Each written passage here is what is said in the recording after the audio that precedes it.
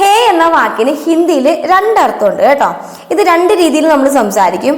ഉണ്ട് എന്ന് പറയാനും അതുപോലെ തന്നെ ആണ്, ആകുന്നു എന്നൊക്കെ അർത്ഥം വരാനും ഈ ഹേ തന്നെ നമ്മൾ യൂസ് ചെയ്യും. ഒരു എക്സാമ്പിൾ, ഇത് പേനയാണ് അല്ലെങ്കിൽ ഇത് പേനയാകുന്നു എന്നൊക്കെ നമ്മൾ പറയുമ്പോൾ ഏ കലം ഹേ, അവിടെ ഹേ വന്നു അല്ലേ. ഏ കലം ഹേ, ഇത് പേനയാകുന്നു. അതുപോലെ തന്നെ ഏ കിതാബേ എന്ന് പറഞ്ഞു കഴിഞ്ഞാൽ ഇത് പുസ്തകമാകുന്നു അല്ലേ.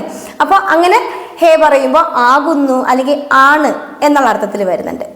ഇനി ഉണ്ട് എന്നുള്ള അർത്ഥത്തിൽ ഹേ വരികയാണെങ്കിൽ ഒരു എക്സാമ്പിൾ പറയാം കേട്ടോ. അവിടെ കറണ്ട് ഉണ്ടോ? ബിജിലി ഹേ കിയാ, ബിജിലി എന്നാണ് കറണ്ടിനെ പറയുന്നത് കേട്ടോ. അപ്പോൾ കറണ്ട് ഉണ്ടോ എന്ന് എങ്ങനെയാ ചോദിക്കുക? ബിജിലി ഹേ ക്യാ, ഉണ്ടോ എന്നുള്ള അർത്ഥത്തിലാണ് അവിടെ ഹേ വന്നത് കേട്ടോ. ഇനി അവിടെ ക്യായും കൂടി വന്നപ്പോൾ അത് ക്വസ്റ്റ്യൻ ആയി. ഇനി കറണ്ട് ഉണ്ട് എന്ന് പറയാനാണെങ്കിലോ ബിജിലി ഹേ, കറണ്ട് ഉണ്ട്. അപ്പൊ അവിടെ ഹേക്ക് അർത്ഥം എന്താ വന്നേ? കറണ്ട് ആകുന്നു എന്നല്ല അല്ലെ, കറണ്ട് ഉണ്ട് എന്നാണ്. അപ്പൊ ഹേ എന്നുള്ള അർത്ഥം വന്നു. അല്ലെങ്കിൽ പനി ഹേക്കാ, പനിയുണ്ടോ വെള്ളമുണ്ടോ എന്നാണ് അല്ലെ. പനി ഹേ, പനിയുണ്ട് വെള്ളമുണ്ട് എന്ന് പറയാനാ.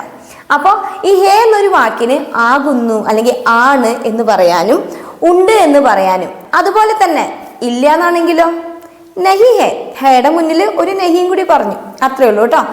അപ്പോൾ ഇതാണ് ഹേ എന്ന വാക്കിന്റെ യൂസ്. ഓക്കെ.